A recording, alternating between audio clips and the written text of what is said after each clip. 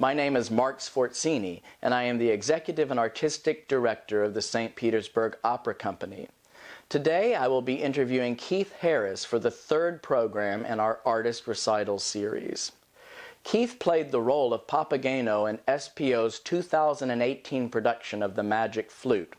For this performance, he won the Best Actor in a Musical Award from the Theater Tampa Bay organization. In addition to being an accomplished baritone singer in the opera field, Keith has a fascinating, multifaceted career. Today we will learn about the multiple dimensions of Keith's talent and the challenges he has overcome from an early age in order to succeed in a highly competitive field that requires memorization and mastery of complex opera scores. Let's meet Keith now in his Bronx, New York home. Thank you for joining me and welcome to my living room.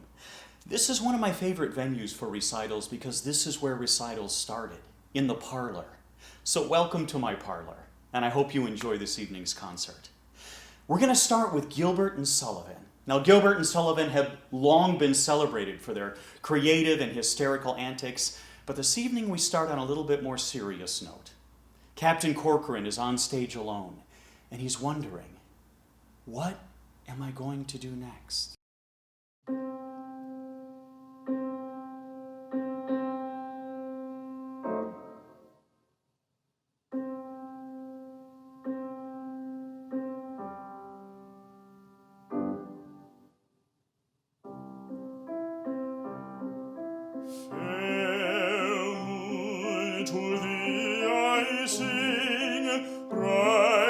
Region of the heaven, say why is everything either at sixes or at sevens?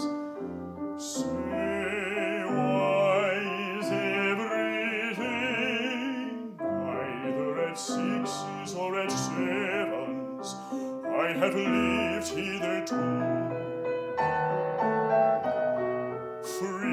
from the breath of slander, beloved by all my crew,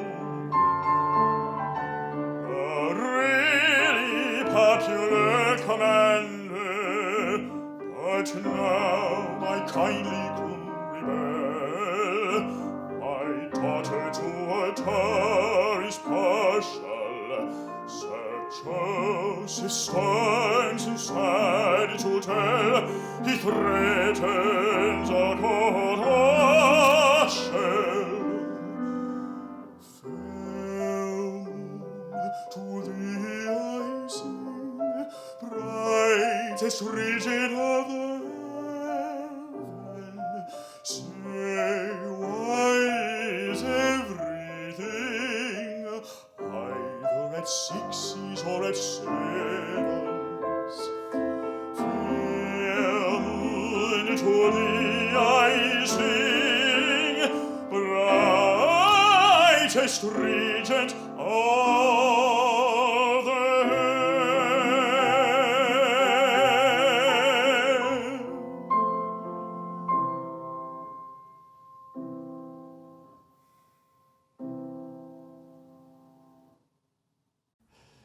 Well, I've really been enjoying listening to your performance clips, and I thought it would be great to just start off asking why you decided on The Movie in My Head for the title for your artist recital. Yeah, I thought it would be a really interesting idea because of how I learn, how I think. So let me go back a little bit for you. When I was in third grade, my third grade teacher suggested to my mother that I be moved from the lowest level reading group into the reading group with kids with intellectual and developmental disabilities.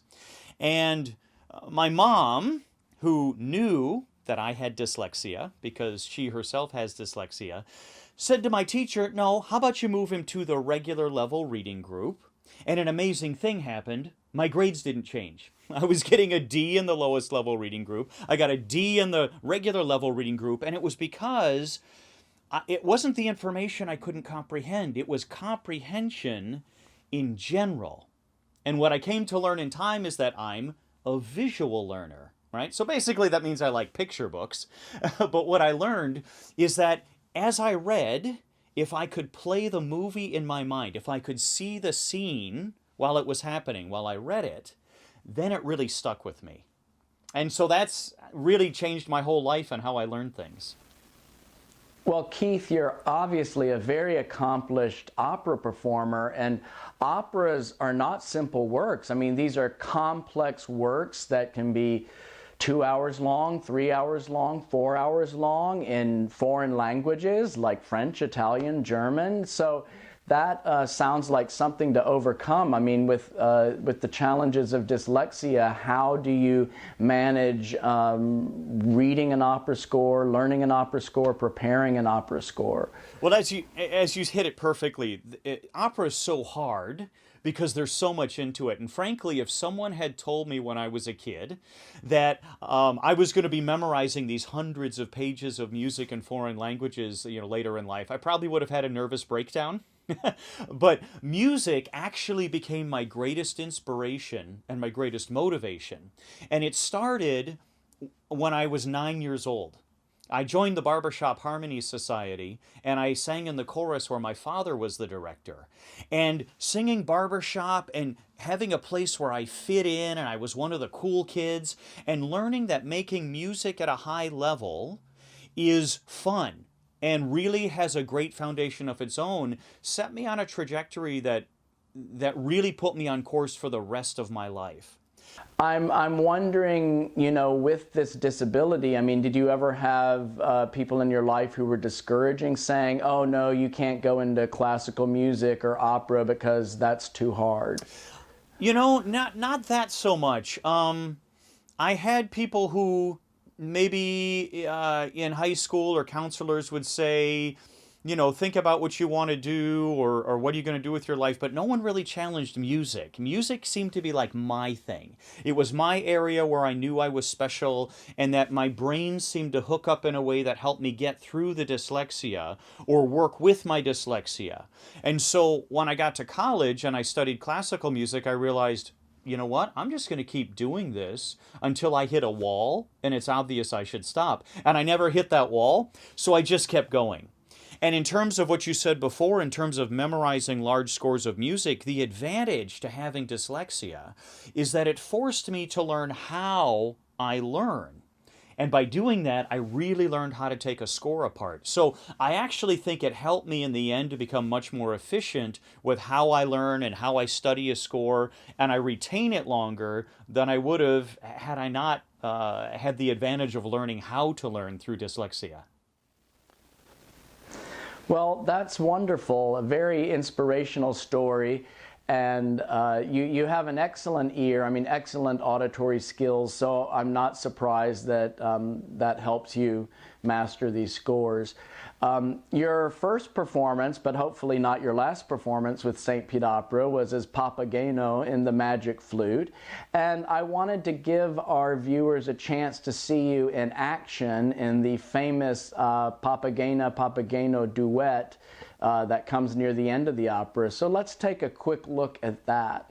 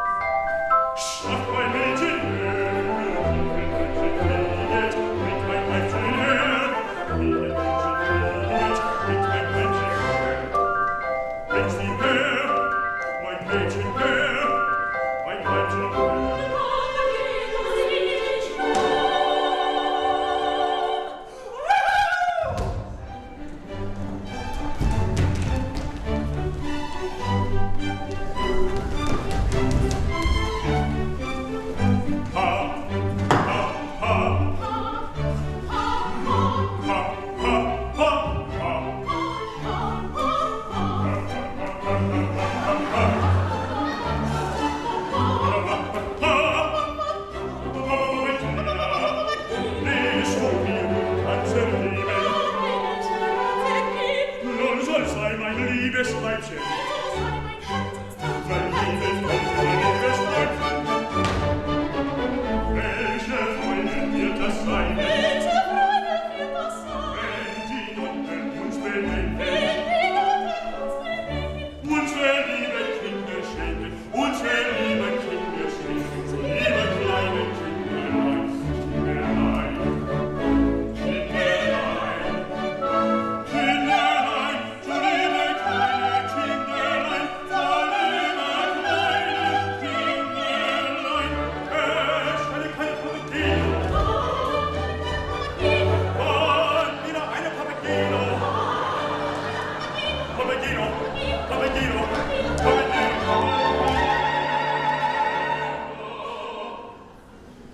Es ist das höchste der Himmel. Es ist das höchste Gefühl.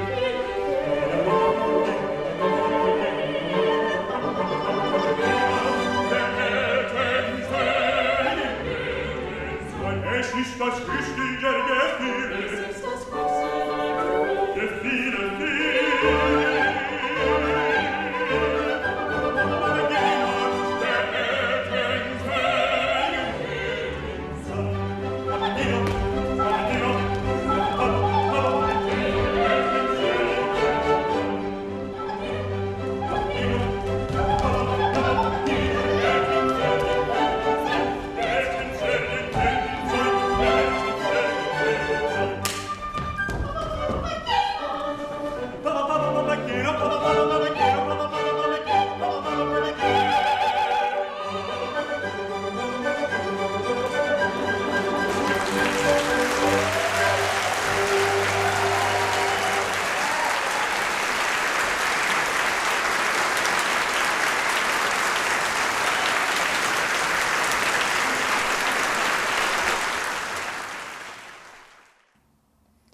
I really enjoyed the way you and Stephanie Jabret did that duet in the Magic Flute.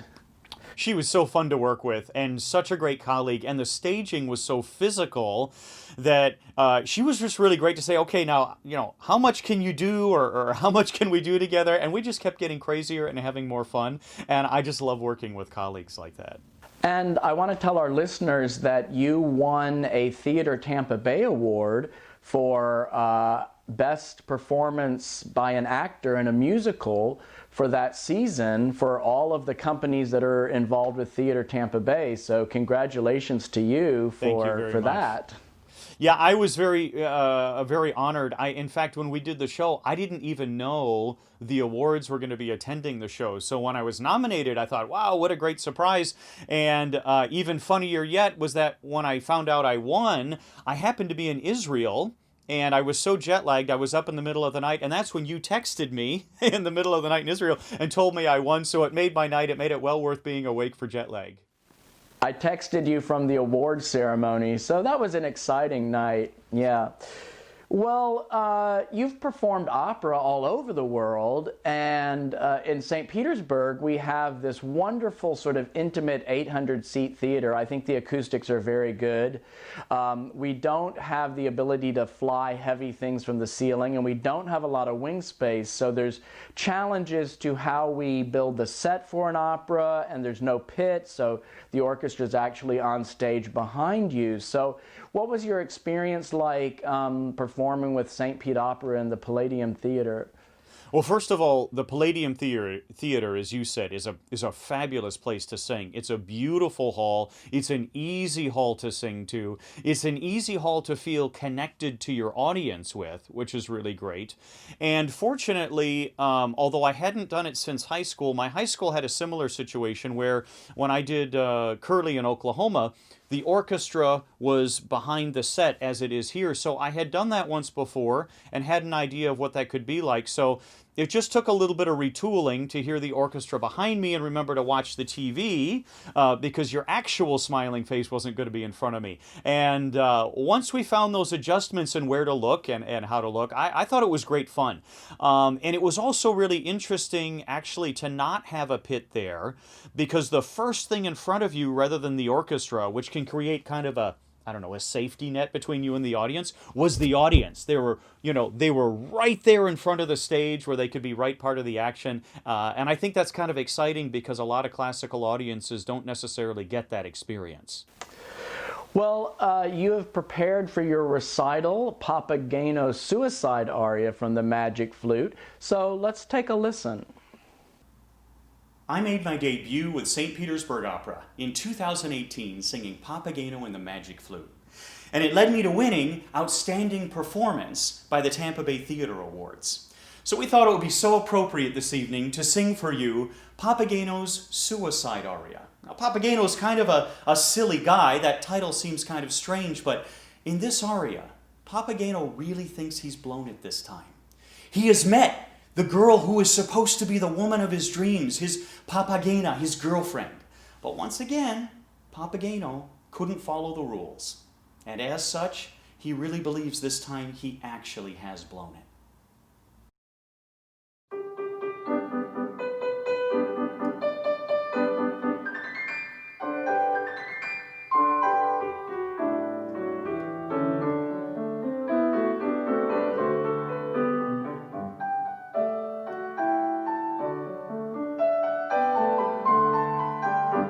Papagena, Papagena, Papagena. Weibchen, Täubchen, meine Schöne, vergebens. Ach, sie ist verloren, ich bin zum Unglück schon geboren. Ich plauderte, und das war schlecht. Und drum geschieht es mir schon recht, drum geschieht es mir schon recht. Seit ich gekostet diesen Wein, seit ich das schöne Weibchen sah, so brennt's im Herzenskämmerlein, so als wird es hier, so als wird es da. Papagena, Herzensweibchen, Papagena, liebes Weibchen. Es ist umsonst, es ist vergebens, müde bin ich meines Lebens. Sterben macht der Liebe ein Ende, wenn's im Herzen noch so brennt. Diesen Baum da will ich sehen, wieder in dem Hals zu schmieden, weil das Leben mir missfällt. Gute Nacht, du falsche Welt, weil du böse an mir handelst, wie kein schönes Kind zu wanderst. So ist also sterbe ich, schöne Mädchen, denk an mich, schöne Mädchen, denk an mich. Wie sich einer mich armen, ich hänge nach Erbarmen, so lass ich's diesmal sein. Rufet nur ja oder nein, rufet nur ja oder nein. Keiner hört mich, alles stille, alles stille, also ist es euer Wille, Papageno frisch hinauf, wenn du deinen Lebenslauf, Papageno frisch hinauf, wenn du deinen Lebenslauf. Nun, ich wart noch, es sei, ich wart noch, nun, es sei, bis man segnet, 1, 2, 3. 1, 2, 3. Nun wohlan, es bleibt dabei. Nun wohlan, es bleibt dabei, weil mich ich zurückgehält. Gute Nacht, du falsche Welt. Gute Nacht, du falsche Welt. Well, Keith, besides being a fabulous opera performer, you are multi-talented in several other areas. I see on your website that, well, not only do I see on your website, I know from knowing you that you're also a voice teacher and a voiceover artist. Tell me about some of the other things Keith Harris does. Well, I wanted to, so of course singing was the first inspiration, and it really was, it really drove the ship. And if you sing well and you travel enough, eventually people start asking you if they can take a voice lesson. And what I found is not only did I enjoy it, and I was good at it, but it made me a better singer. And so that became another wing of the business. And I grew up in the church. My mother is a United Methodist minister, and so I always had a foot in the door with directing church choirs, which I always enjoyed, and that was kind of another thing I enjoyed to do. And then one time when I was on the road traveling, I was sitting next to the pool thinking, this is kind of nice, but I wonder if I could, in afternoons when I'm not rehearsing, if I could do something that would make some money. Because of course, if I go out of town, I don't necessarily have access to my students, or I'm not choral conducting, and that's when I found the voiceover industry, which ended up being a great surprise to me. And I realized that singers are actually really good at that because we have so much of the training already involved, vocally and acting. And Right. I found that with the equipment, it's very easy to travel with that. So then I started doing voiceover work. Well, that led then to people saying, can you teach me how to do voiceover? So then I started doing voiceover training as well. And next thing you know, I have a recording studio in my home here in New York City. And because I'm a singer and I have a recording studio, now I also do jingle work. So each little piece that I learn seems to lead its way to another fun project, and it keeps my days pretty interesting here at home. Well, I remember that I needed a voice to do the voiceover for our Magic Flute commercial that was airing in the couple of weeks leading up to our Magic Flute. And you hopped on board to do that. You had your equipment with you. It was fabulous, and we sold out all 3 performances of the Magic Flute. So no doubt partially because of your excellent voiceover on the commercial. Well, I thank you. I was so glad you asked. It's really fun to be able to do that, and of course add something a little different for a company or make it personal in a way that you might not normally have access to. So it's my pleasure to do that. I found on YouTube a 1-minute clip of you doing voiceovers, so let's take a quick listen to that. This is Keith. Welcome to my studio. New education is not difficult. New education isn't classrooms. It's everywhere. Life is lived at the press of a finger. Checking in at the airport, taking photos, chatting with friends. Even our kids are doing it. Only at Seaway Window Open House. See incredible savings on all windows, doors, siding, awnings, sunrooms, and walk-in tubs. Construction Nearby is the great new tool from Dodge Maps. You can instantly find the closest projects happening from wherever you stand. So if you happen to be standing right here, you'll see there's plenty of construction nearby. Then you simply click on any job dot, and you'll know where the job is, when, how big, and what type of jobs are bidding. Ultimate in food waste reduction solutions. It saves your business time and money while supporting a sustainable environment. I also remember when you were here for Magic Flute, you interviewed me for some sort of show that you were doing. Remind me what that was? Yeah, so I have a YouTube channel called Keith Harris Training, where I'll do little segments on vocal tips or interview someone, and I interviewed you for Keith Harris Training, and we talked about the family at St. Petersburg, and particularly, what is it that you want to see when you're doing auditions? And we got to really talk about, from your perspective, from the other side of the table, what does it mean to sit in an audition, and so that singers would really have an opportunity to think about that as they prepare. Well, that was a lot of fun, and let's turn the tables here and let's listen to a clip from that interview where instead of me interviewing you, you were interviewing me. Today on Keith's Keys, a very special guest, the first time ever guest. This is Mark Sforzini from St. Petersburg Opera.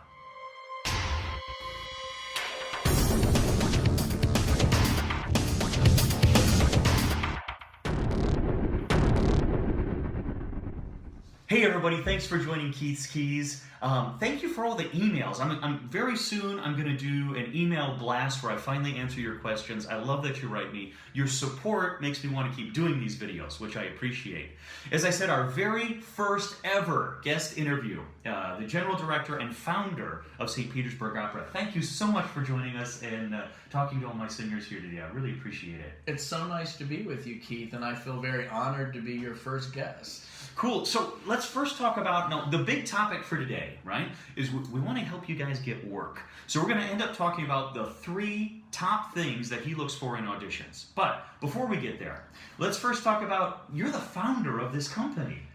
Yes, that is correct. I mean, that's exciting. Yeah. So why St. Petersburg, Florida? Why opera? And how did you create this amazing family atmosphere you have here? Well, I'm not sure how much time you have. There's a lot of questions, and there's a lot of backstory to all of that. I'm going to try to summarize quickly. I conducted my first opera in St. Petersburg in 2005. Yes, that interview, we did it in my dressing room at the Palladium, I remember. I think maybe during Tech Week of Magic Flute.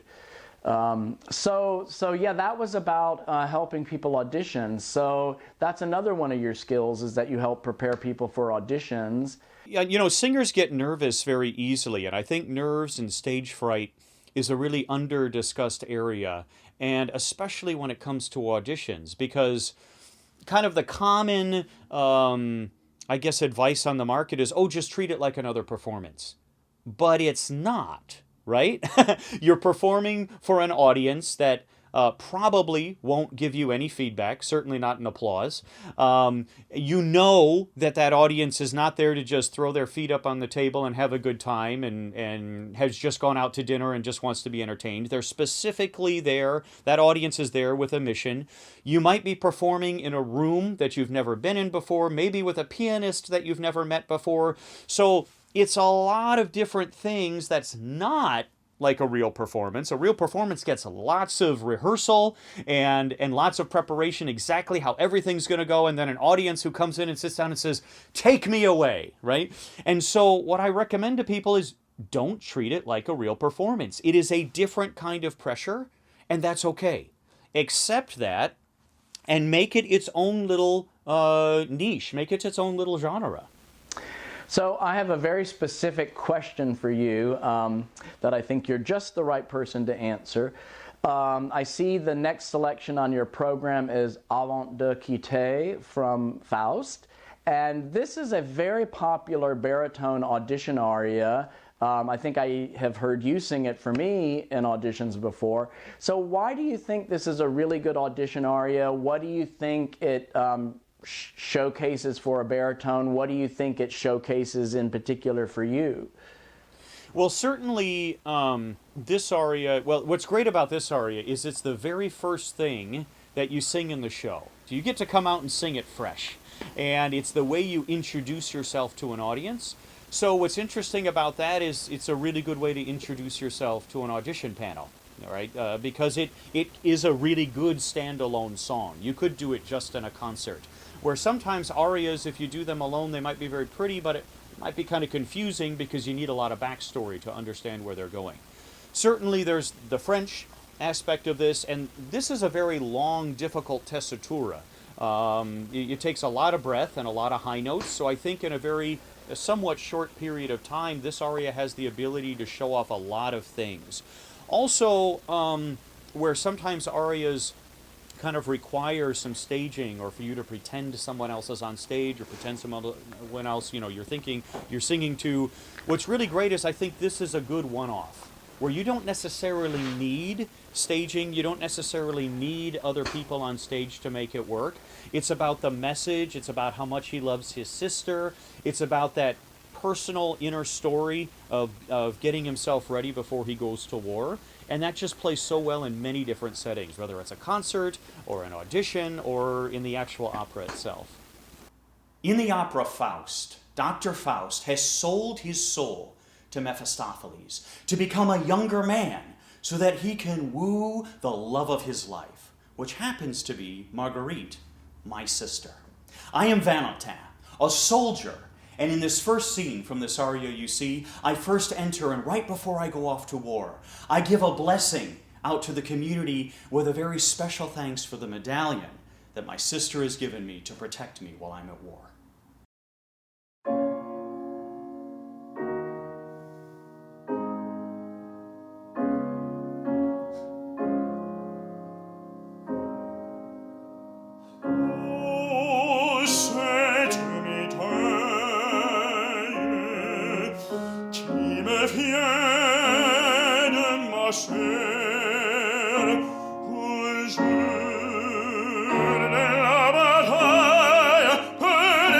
L'amour reste là sur mon cœur.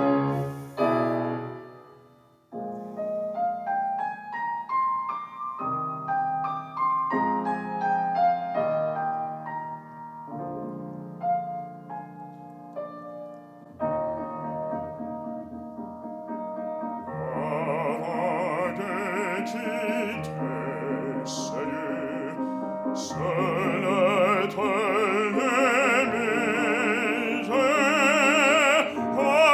Seigneur et roi des cieux, ma chair je confie. Veuillez d'agir, que je vais toujours la protéger. Ce désert si chéri,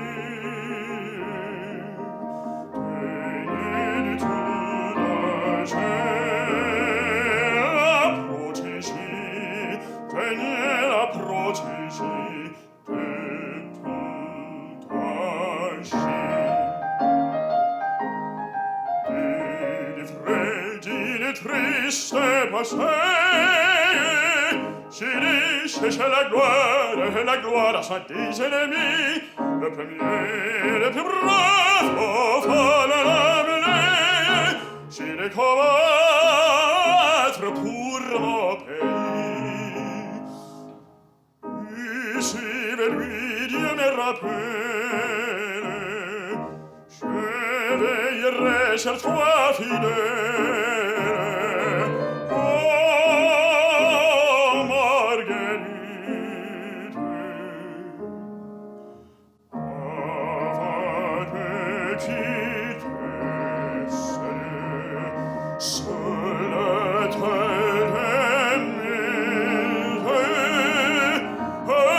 Seigneur et roi des cieux, ma chair je confie. Roi des cieux, je peux les yeux, protège Marguerite. Au roi des cieux, des cieux.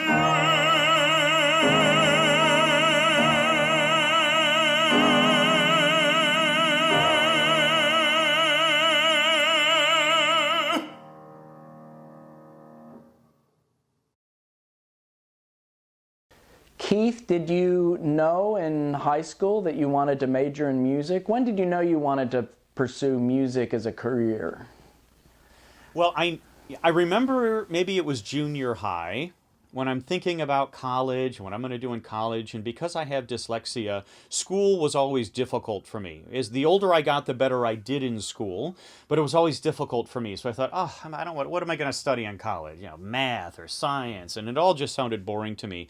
And I remember the day I realized you could study music in college? Like, that's a real class? Because it was just so fun for me. It was such a natural fit that I always thought of it as a hobby.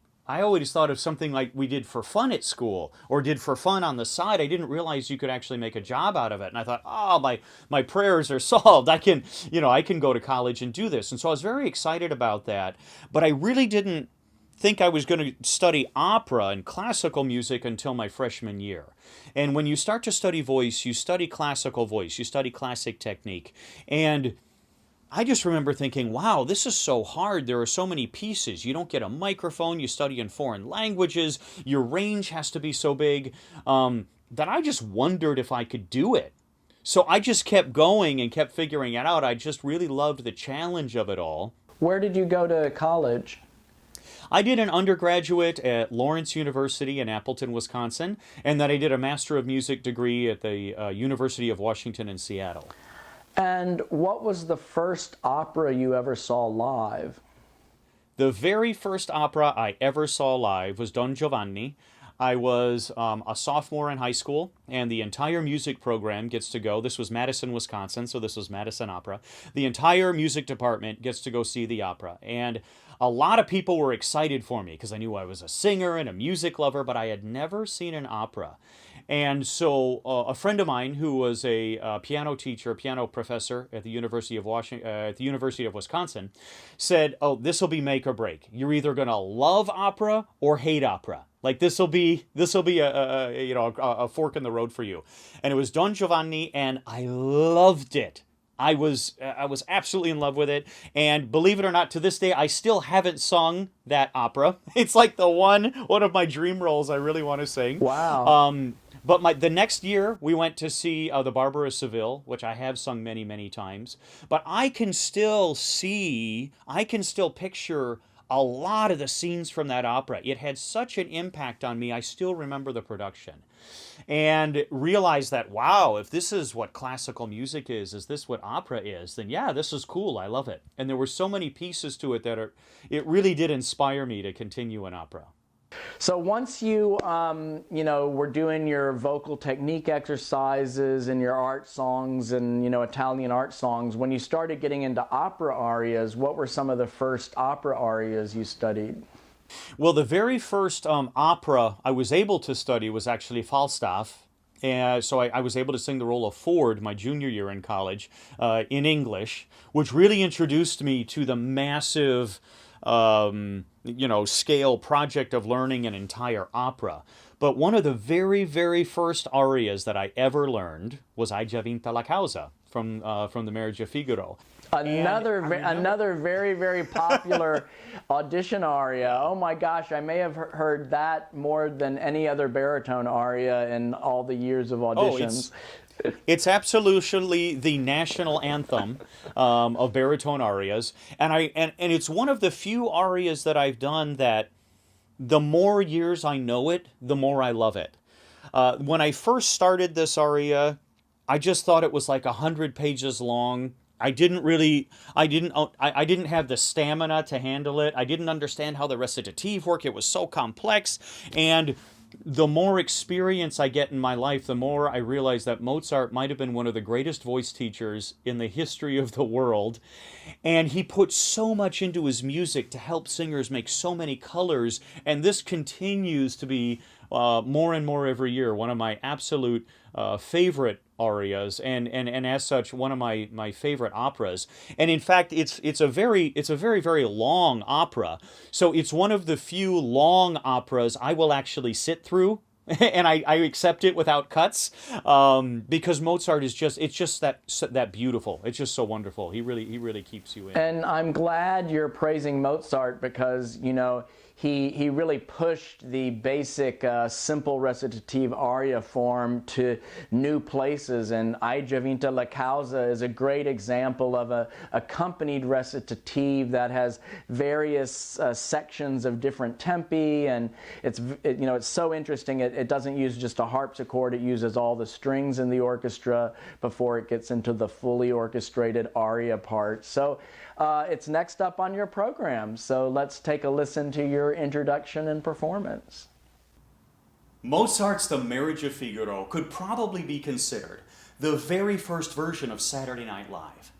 And in fact, it was a faux pas at the time to make fun of the king, who in the story is not the smartest person in the entire cast. And in this aria, the Count's third act aria, he finally starts catching on and realizes they're against him. They have a plan, but he intends to win. Hai già vinta la causa, cosa sento in quell'occhio carea? Perfidi, io voglio di tal male punirvi, a piacer mio la sentenza sarà.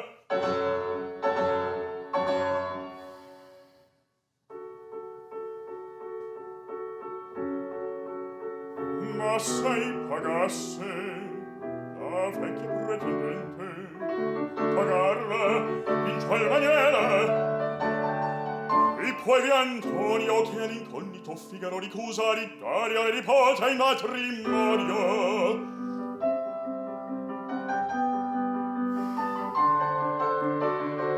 Coltivando l'orgoglio di questo medicato,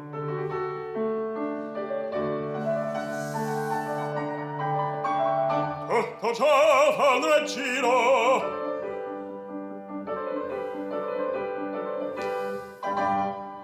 Il colpo è fatto.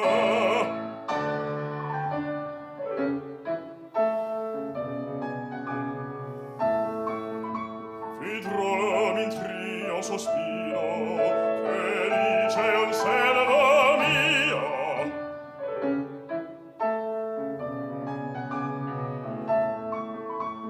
Un ben che infanghi sia, e possedere dovrà. Vedrò per me d'amore, ogni tan vile accetta, che mi dista una fetta, che per me poi non ha, che per me poi non ha.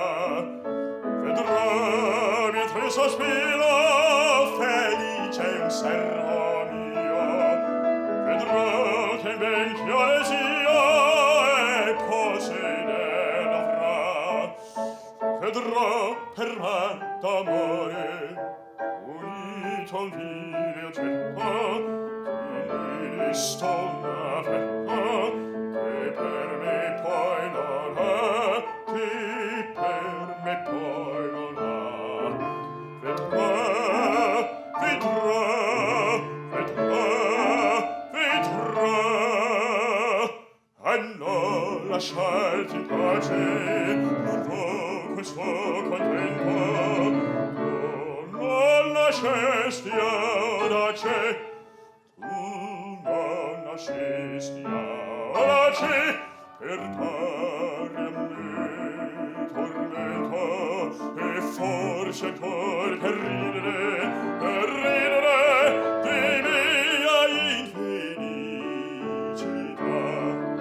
C'è la speranza sola delle vendette mie, quest'anima consola, e giubilar mi fai,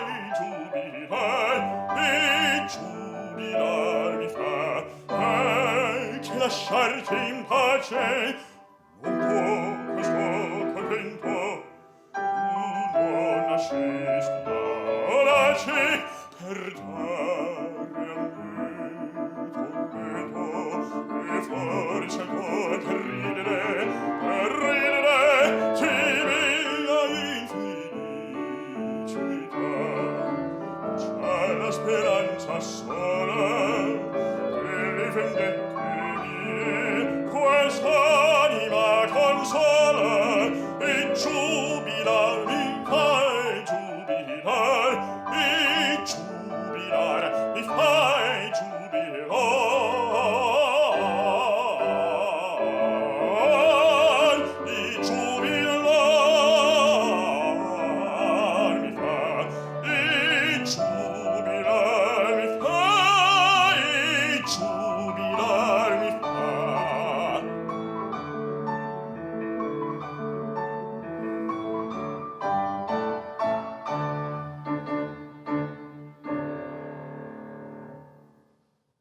Keith, I'm really enjoying the collaboration between you and your pianist, Frode Gundersen. Did I pronounce his name correctly? Much. Yep, that's correct. Yep. Great. He's Norwegian, and it's not a common American name.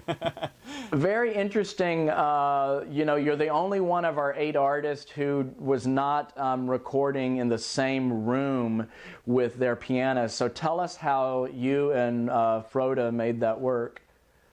It was a concept I had early on. I kind of thought to myself, really, even in March or early April, this is going to be an issue. People are going to need content. We're going to need to be able to create programs for people, not only to save the arts, but people are home alone. They're going to need music. And especially in New York in April. So my very first priority was, I need to be able to sing. I want to be motivated to sing, and I have to do it safely. So right away, we came up with this idea. Frode happens to live in Arkansas, and he has a very large church there where he's the music director. So they very quickly invested in really good equipment for streaming their Sunday services. So I said, hey, great, you have the ability to record. Because of my voiceover studio and jingle work, I have the ability to capture good stuff. Let's try this idea I have and see if it works. And it did. And so then we started making more programs out of it. And he and I both felt, they said, oh, this is much harder than when we're in the same room together. But oh, thank goodness for people like St. Petersburg Opera that gave us a reason to have music and not feel all alone.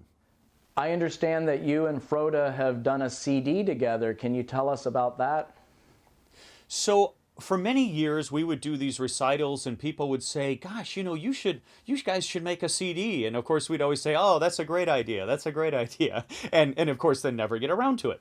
So one summer, I finally just grabbed a list of music. We had started slowly over the last year talking about what a CD project could look like. And I finally just picked a list and I booked a date in the studio. And I said, this is the CD. Here's when we're doing it. Buy a ticket and get yourself to New York. You can stay with me. We'll rehearse, all we need to before we get in the studio.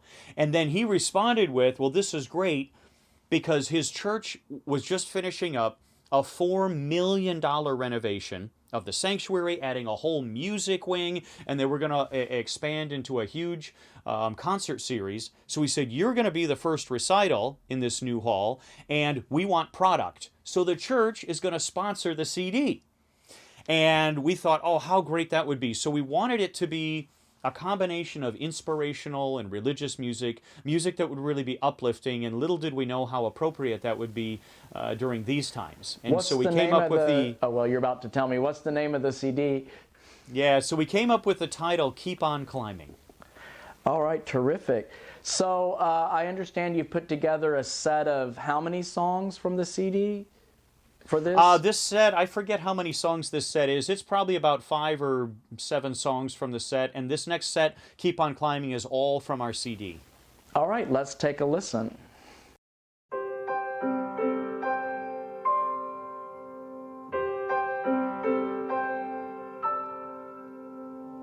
We are climbing Jacob's ladder. We are climbing Jacob's ladder. We are climbing Jacob's ladder, soldiers of the cross.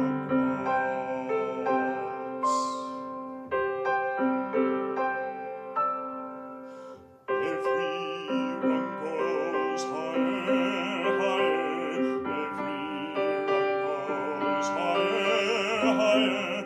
Every rung goes higher, higher. Soldiers of the cross.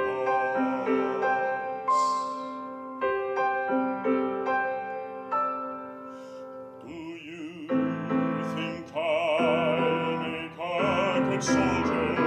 Do you think I'll make a good soldier? Do you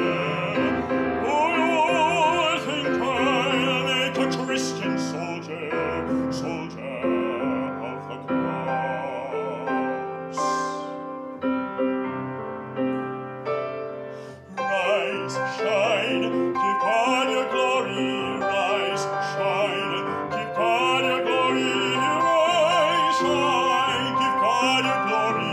Soldiers of the cross.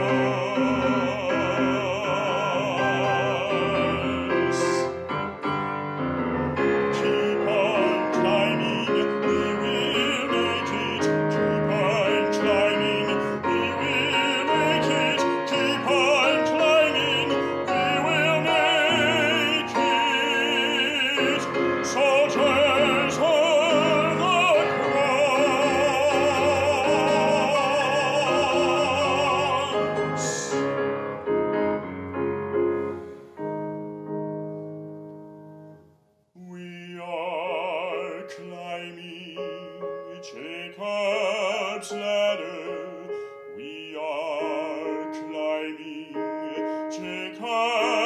Jacob's ladder. We are climbing Jacob's ladder, soldiers of the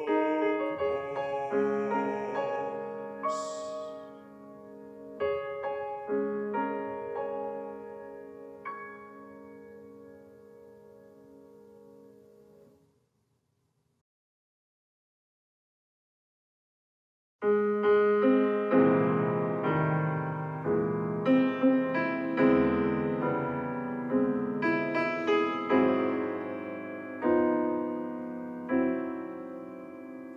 Without a song, the day would never end. Without a song, the road would never bend. When things go wrong, a man ain't got a friend. Without a song, that field of corn would never see a plow. That field of corn would need to settle now. A man is born, but he's no good now. Without a song, I got my trouble and woe, but sure as you know the Jordan will roll, I'll get along as the song is strong in my soul. I'll never know what makes the rain to fall. I'll never know what makes the grass so tall. I only know there ain't no love at all without a song.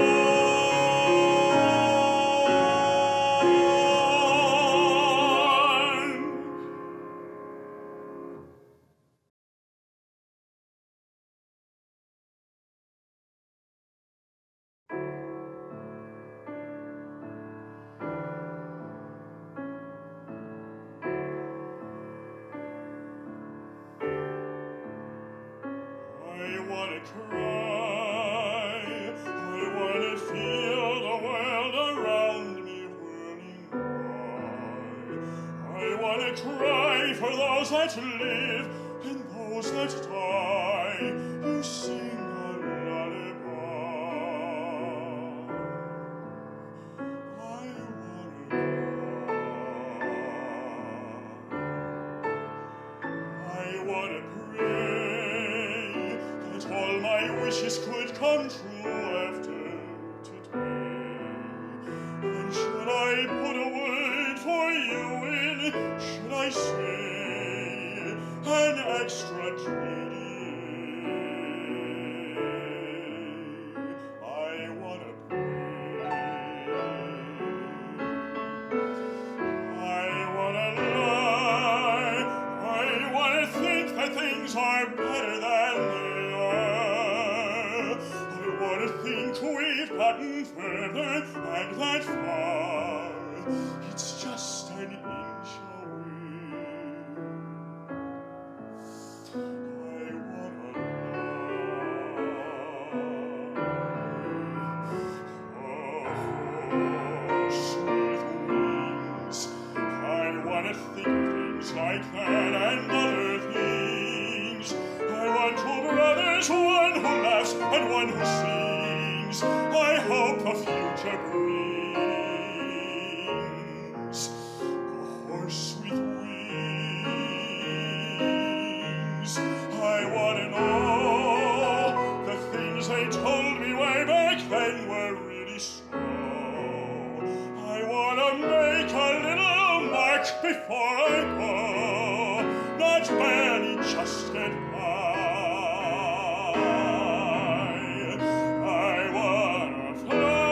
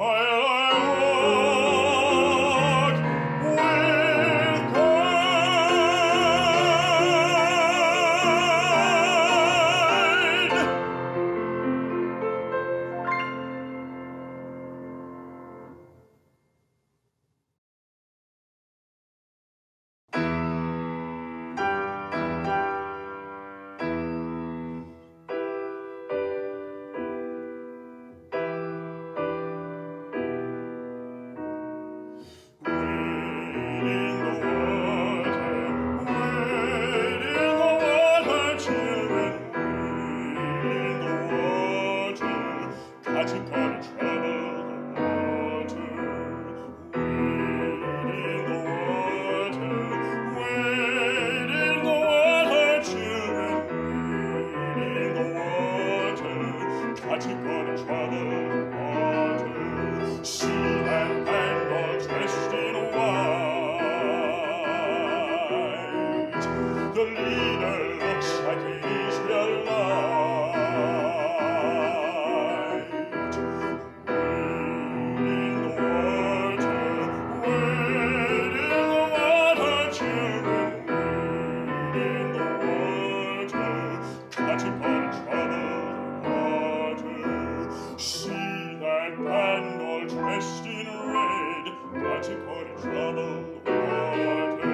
It looks like a band that knows his lead. Wade in the water, wade in the water, children, wade in the water, catching on a troubled water. Wade in the water, wade in the water, children, wade in the water, catching on a trouble the water.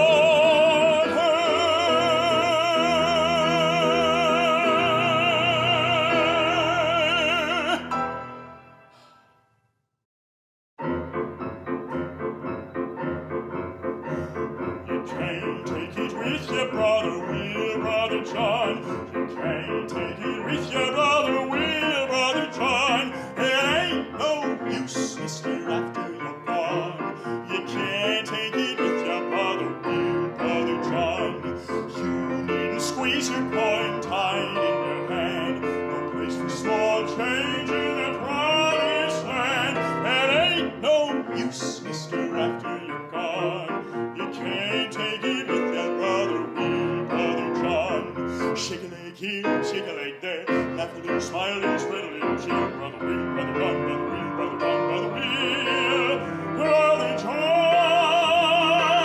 Wind up around with your near faces. Whip up your nag and loosen the traces. Take a little joy, take a little pleasure, bow to the ladies, dance a measure. Brother Will, Brother John, Brother Will, Brother John, Brother Will, Brother John. You'll have to leave it when the coffin lid's on. You can't take it with your brother Will, Brother John, Brother Will, Brother John, Brother Will, Brother John, Brother Will, Brother John.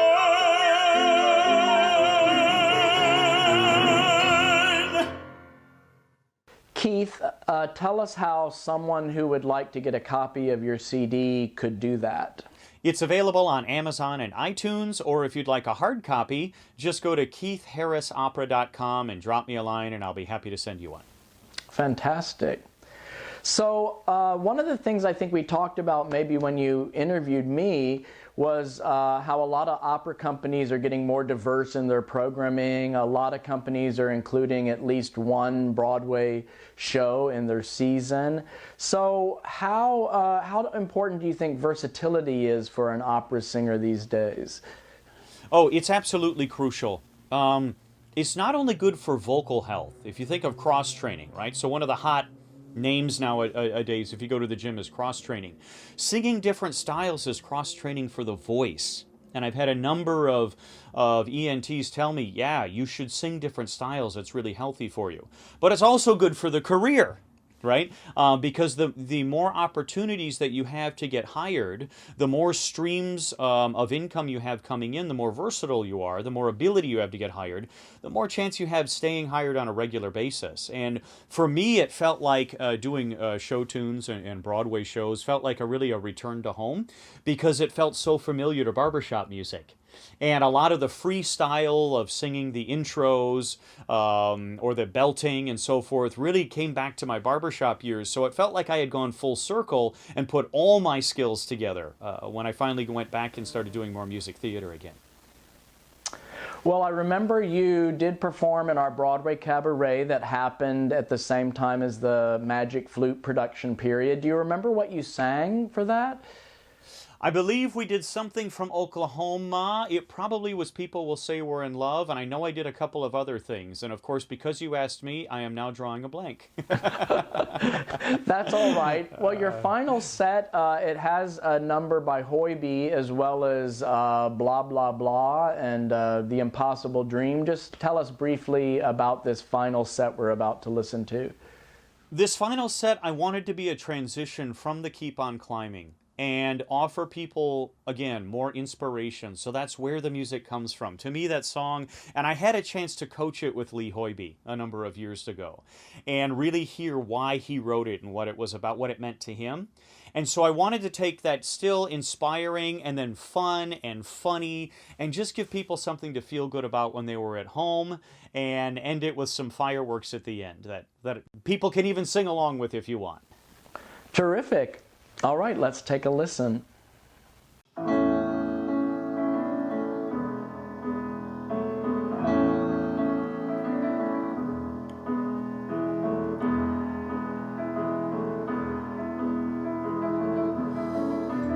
want to be where the music comes from, where the clock stops, where it's now. I want to be with the friends around me who have found me, who show me how. I want to sing to the early morning, see the sunlight melt the snow, and I want to grow.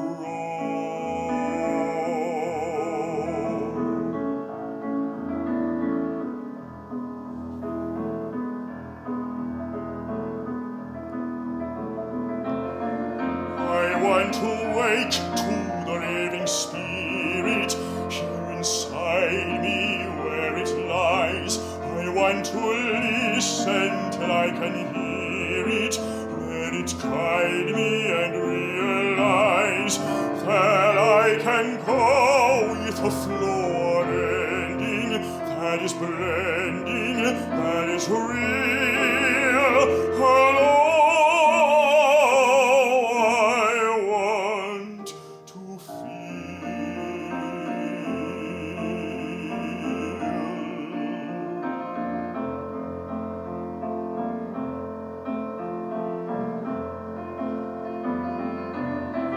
I want to walk in the earthly garden, far from cities, far from fear. I want to talk to the growing garden, to the rivers, to the deer, and to be one with a river flowing, breezes blowing, sky above.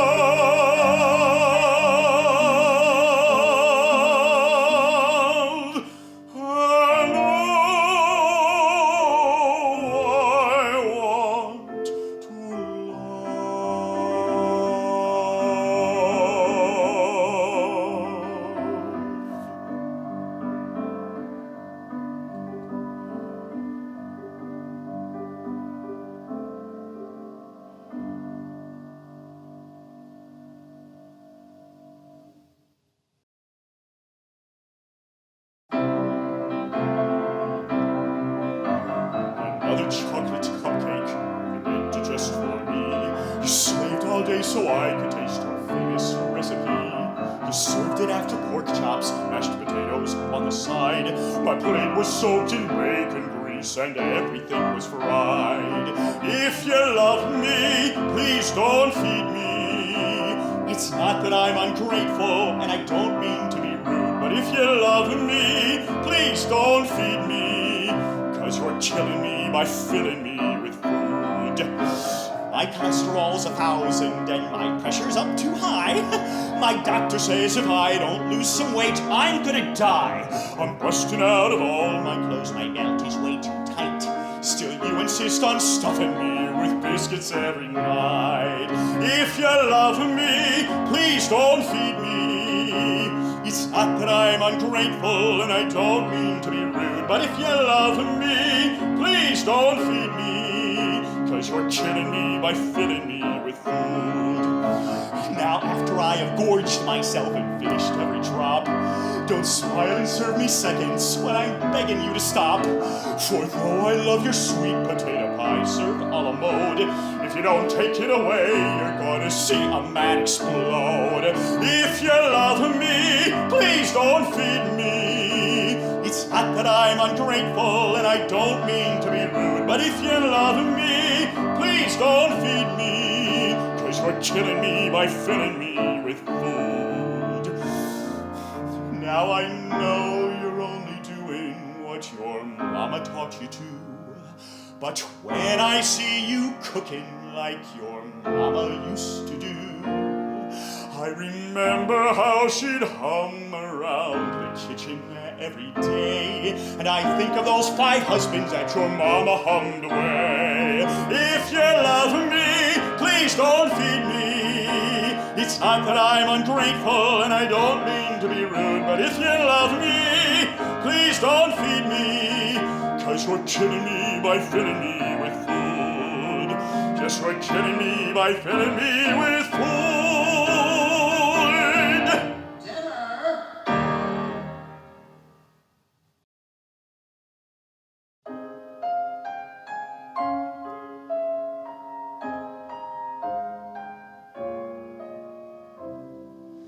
I've written you a song, a beautiful routine.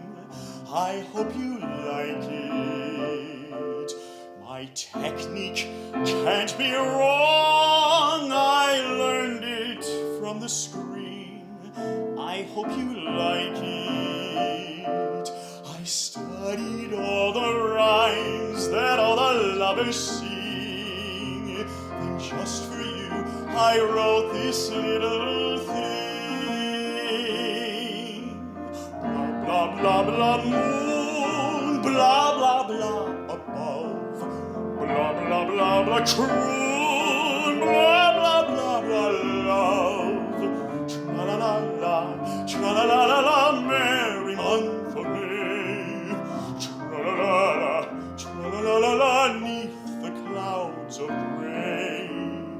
Blah, blah, blah, your hair. Blah, blah, blah, your eyes. Blah, blah, blah, blah, care. Blah, blah, blah, blah, skies. Tra-la-la-la, tra-la-la-la-la, cottage for 2. Blah, blah, blah, blah, blah, darling, with you. Moon above, croon, love, merry month of May. 'Neath the clouds of gray. Blah, blah, blah, your hair. Blah, blah, blah, your eyes. Blah, blah, blah, blah, care. Blah, blah, blah, blah, skies. Tra-la-la-la, tra-la-la-la-la, cottage for 2. Blah, blah, blah, blah, blah, darling, with you.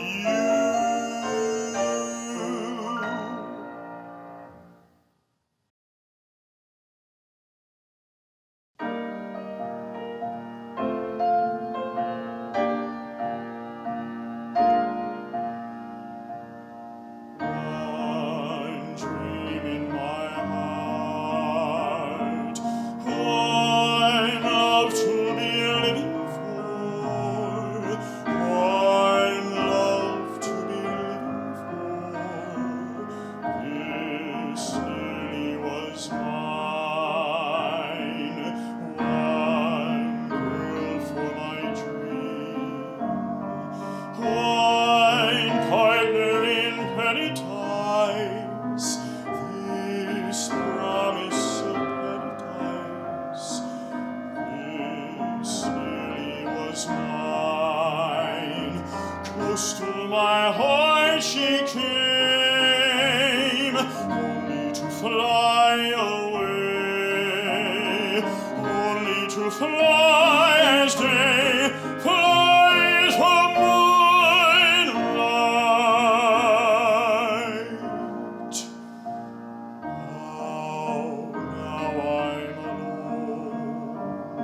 Still dreaming of paradise, still saying that paradise once really was mine. So deep and clear are my fancies of things I wish were true. I'll keep remembering evenings I wish I'd spent with you. I'll keep remembering kisses from lips I'll never own, and all the lovely adventures that we have never known. Now I'm alone, still dreaming of paradise, still saying that paradise once nearly was mine.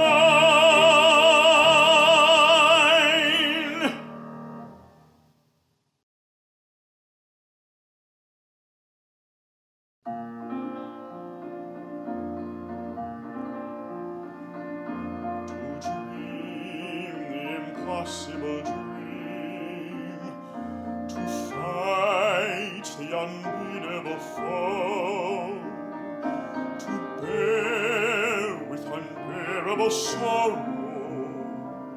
to run where the brave cannot go, to right the unrightable wrong, to love pure and chaste from afar, to try when your arms are too weary,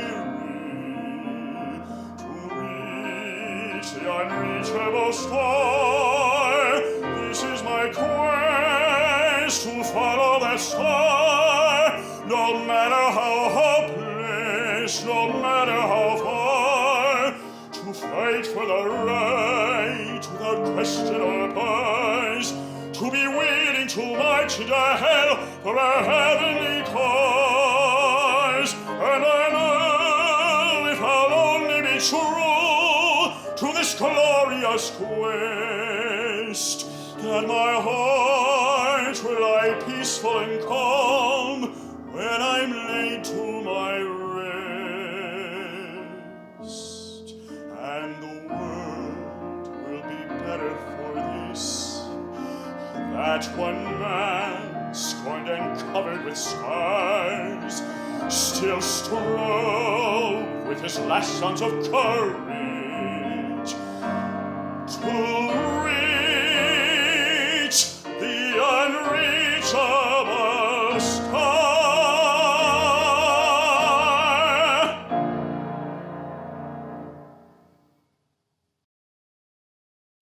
Well, Keith, that was really a lot of fun, and we're just about at the end here, so I want to thank you for participating in this project, and Frode for participating in this project, and the creative way the two of you put your exceptional musical talents together.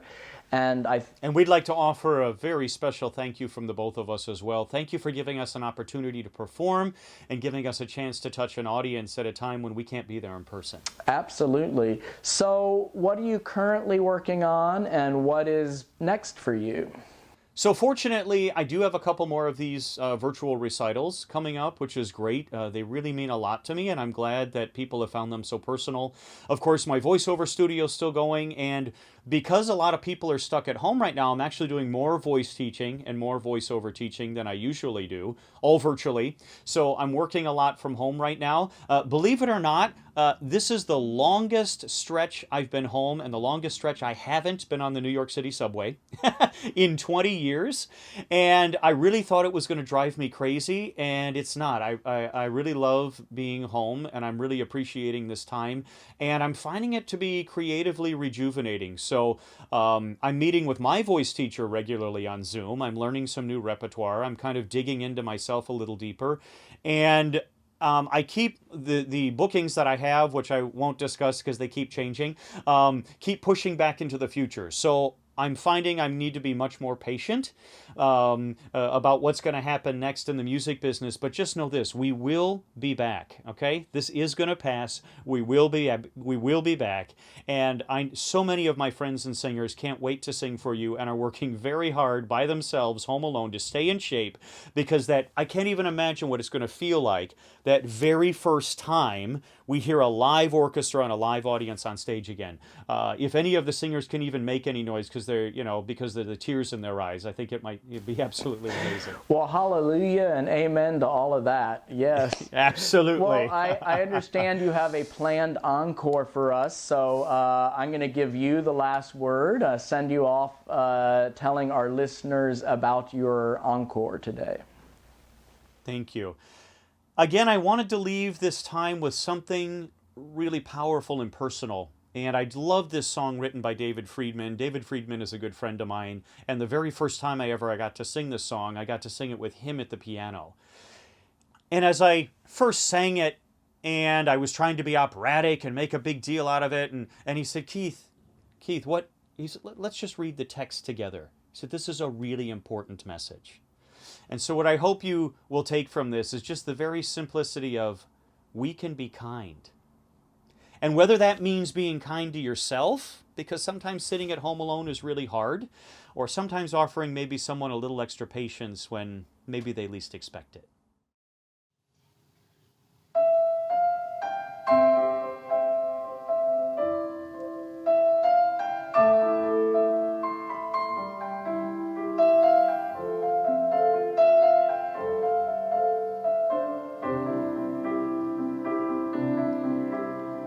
So many things we can't control, so many hurts that happen every day, so many heartaches that pierce the soul, so much pain that won't ever go away. How do we make it better? How do we make it through? What can we do when there's nothing we can do? We can be kind, we can take care of each other, we can remember that deep down inside we all need the same thing. And maybe we'll find, if we are there for each other, that together we'll weather whatever tomorrow may bring.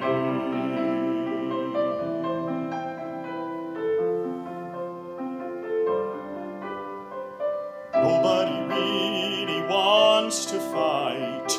Nobody really wants to go to war. Everyone wants to make things right. So what are we always fighting for? Does anybody want to see it? Does anybody understand? The power to heal is right here in our hand. We can be kind, we can take care of each other, we can remember that deep down inside we all need the same thing. And maybe we'll find, if we are there for each other, that together we'll weather whatever tomorrow may bring. And it's not enough to talk about it, not enough to sing a song. We must walk the walk about it, you and I, do and die. We gotta try to get along. We can be kind, we can take care of each other, we can remember that deep down inside we all need the same thing. And maybe we'll find, if we are there for each other, that together we'll weather whatever tomorrow may bring.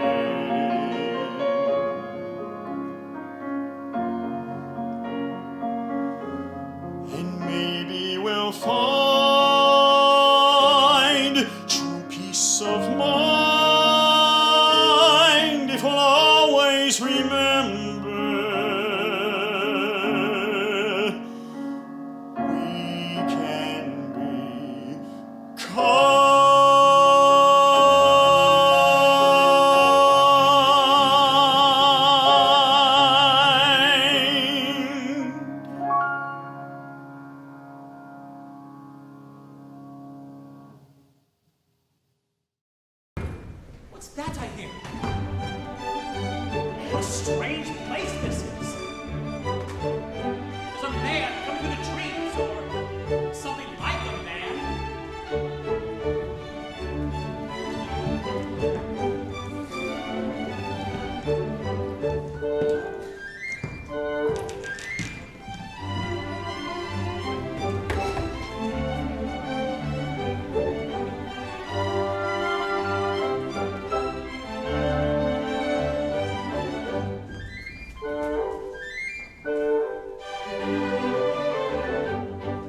Der Vogelfänger bin ich, ja, stets lustig, heißer Hopsasta. Ich Vogelfänger bin bekannt, bei Alt und Junge im ganzen Land. Weiß wie den Morgen tut zu will und wie das Feilen so besteht. Drum kann ich froh und lustig sein, denn alle Vögel sind ja mein.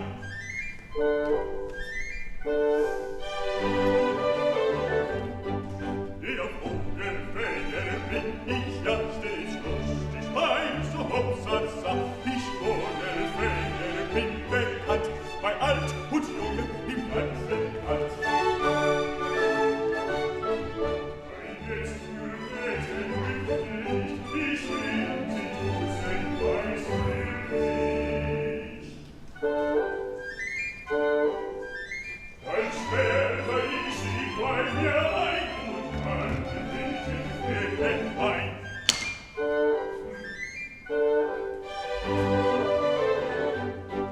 Wenn alle Mädchen Fäden ein, so tauschte ich betrunken ein. Die Fette mir am liebsten wär, den geb ich gleich den Tucken her.